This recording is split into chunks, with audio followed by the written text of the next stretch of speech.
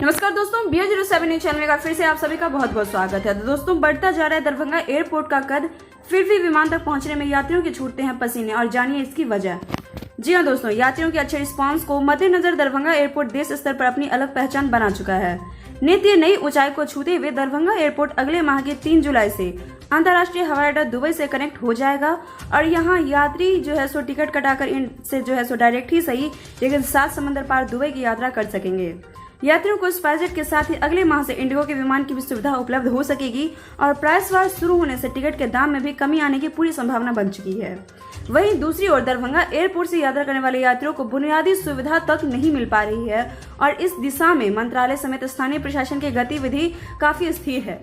Darbhanga Jaynagar NH से हवाई अड्डा टर्मिनल तक यात्रियों को खुले आसमान के नीचे पांव पैदल यात्रा करना पड़ रहा है, और मुख्य मार्ग के अंदर गाड़ियों के प्रवेश की अनुमति बिल्कुल भी नहीं होने के कारण विशेषकर बच्चों एवं बुजुर्ग काफी परेशान रहते हैं। और शनिवार को जिला में मानसून का प्रवेश हो गया है। मानसून पूर्व की बारिश में भीगते हुए टर्मिनल तक यात्री पहुंचते भी, पर प्रशासन ने इसके ऊपर अब तक ध्यान बिल्कुल भी नहीं दिया है।